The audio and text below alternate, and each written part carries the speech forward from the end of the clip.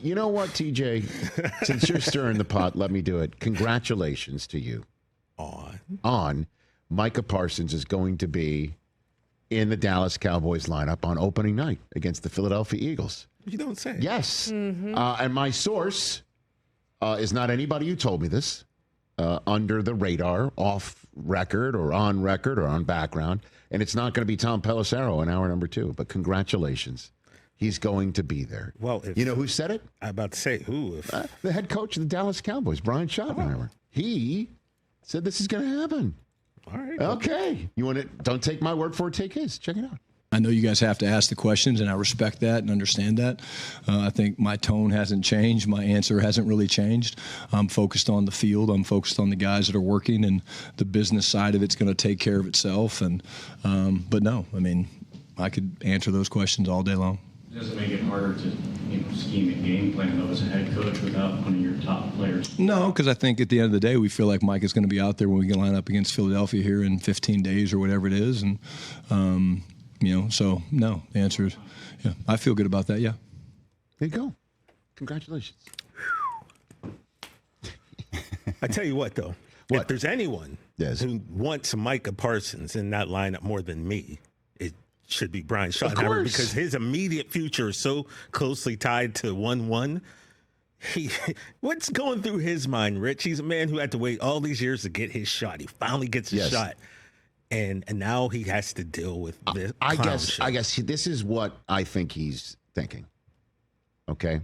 He's thinking, I have the massive opportunity of a lifetime in front of me here. Facts. I have an offensive team, because that's his, if you will, side of the football. I've got an offensive team that's got a top-notch quarterback. I've got a top-notch wide receiver. Indeed. I've got a top-notch young wide receiver. I've got my scheme that I know how to cook up, and it's now my ship to steer. I am psyched. I go to work every day with a smile on my face. I am the head coach of the Dallas Cowboys. And I knew when I signed on the dotted line, the man who signs on his side of the dotted line is somebody I cannot control. And he is going to say something. He's going to do something. It's going to happen every single game. My press conferences might have somebody running out the back in the middle of it because the man who signs his side of the dotted line has decided to step in front of a camera with a microphone, willing to say things into that. Settle down just a little bit. I shall, sir. But he knows the deal. Yeah. He knows what's up. And he saw it firsthand in how Mike McCarthy was dealing with it last year with not only the quarterback, but the wide receiver in question last year. So he knows what's up. He knows he can't control it. And if he's going to play any card, it's the business side's going to take care of things. Only talk about the guys who are here. He said those two things in that soundbite. But him saying that he's confident in happening and then it doesn't happen, now then, he's got bigger problems than what happened. He's got bigger problems because 11's not there. I still think at the end of the day, 11 will be there. And there will be a moment in time, and it should be his first snap of the season, when Jalen Hurts steps out of the huddle and is trying to look for 11. Where is he?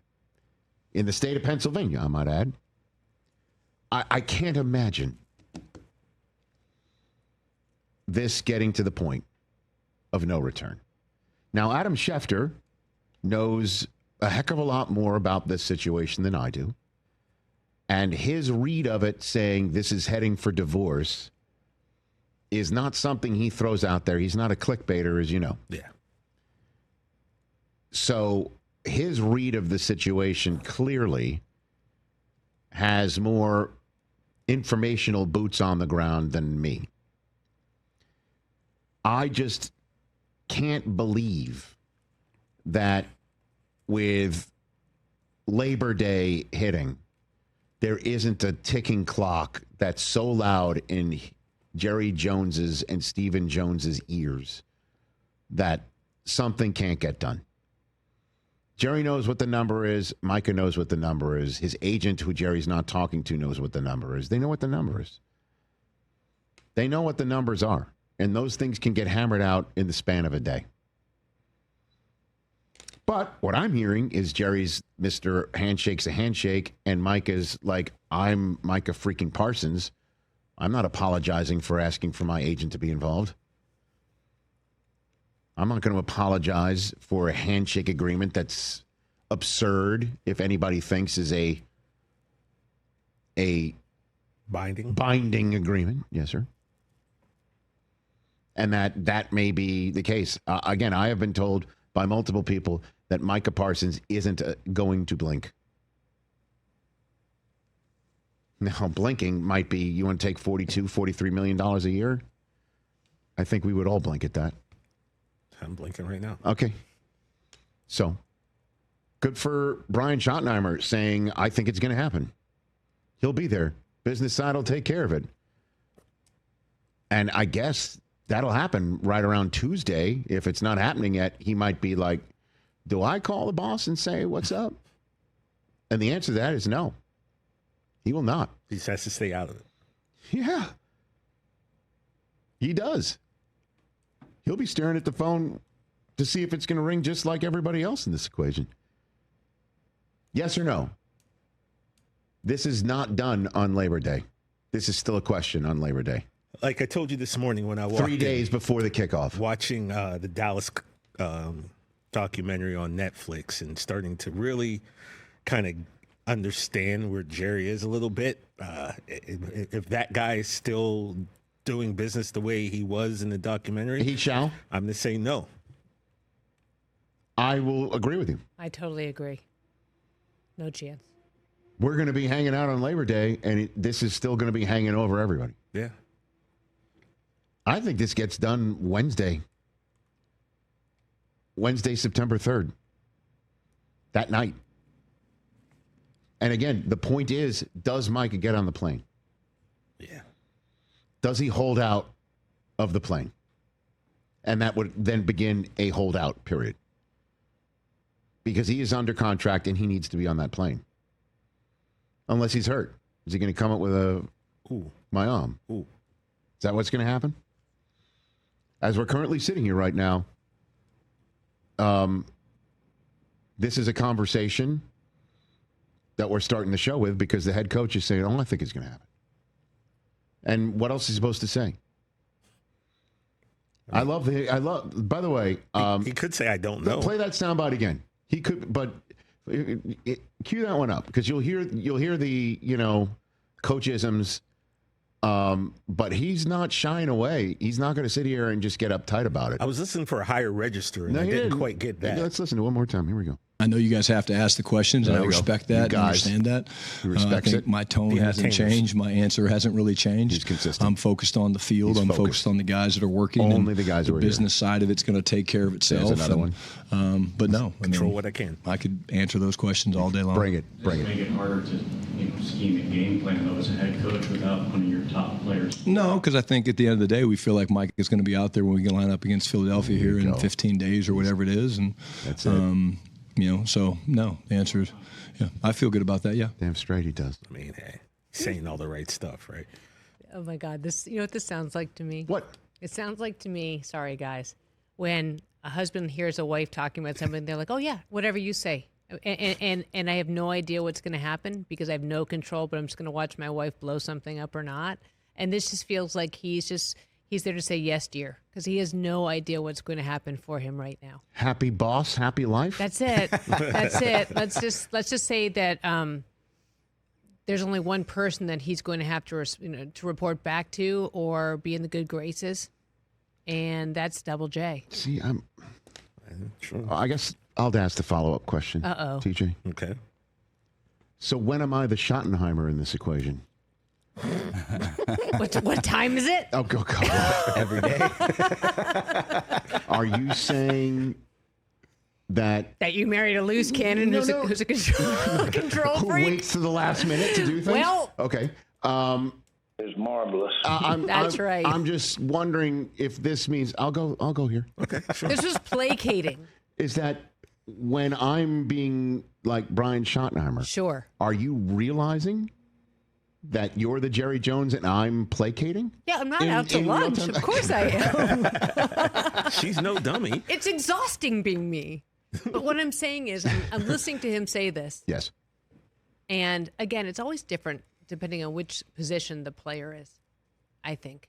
And I just think it's different about the relationships in the locker room, like when it was Dak and it's a leader. And Yes. it sounds to me like Brian is just sitting there like treading water. Like it's like he's the duck with the water. Or up, it looks nice and smooth up here, and his feet are just moving furiously. Well, on the defensive side of the ball, that would be the case. But he doesn't have to do that yet. Midnight is so far away from striking right now.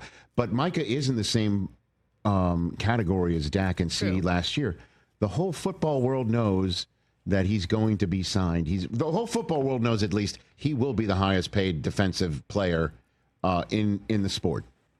Period. End of story. The question is he going to be a Dallas Cowboy or not on September 4th? And the Cowboys would be out of their skulls to force a situation where he is not. And because we all know, unless, and the whole business of, well, you know, who said it? Breer said he gets the sense that Dak and CD were universally loved in that building, and Micah is not. Not so much. But Jerry hand shook on something at some point where he feels that this has been a reneged handshake deal. So if the handshake meant that he was worthy of coming back as a Dallas Cowboy, why isn't he now worthy of coming back as a Dallas Cowboy now? Ego. I don't know, man. But that's it. How do you have the handshake and not the finalization this quickly? Correct. It just leaves a rough feeling in your bones, you know, for, I don't know, 22 years or so. Like you really need to have, when you have an understanding that things will be fixed and then they're not, it just breeds resentment. And if I have Micah Parsons and I have undoubtedly one of the greatest talents, I want him happy. I want to win now. Of course. And you don't need any of this nonsense. But Rich, here's the other thing. You said about everyone knows that Micah's going to become the highest paid, right? Yes. We've known this probably for the last 3 years. Right? Exactly. We saw the path he was on. We knew it in the middle of his rookie season. Yeah, so it's like, man, why are we here right now when we saw this coming and we knew this day? Dude, a lot of Groundhog Day. It's a lot of finger pointing. Susie, I say it all the time. And speaking of, and in that regard, to end this conversation, I got you, babe. And you've got me. And now I know you know when I'm placating you, which is fantastic. I've always thought that for the last 22 years. Did you go Sonny and Cher there? Yeah, which is the song that was playing when the alarm clock went off in Groundhog Day. You're welcome. Catch the Rich Eisen Show live weekdays from 12 to 3 p.m. Eastern on Roku Sports Channel in the U.S.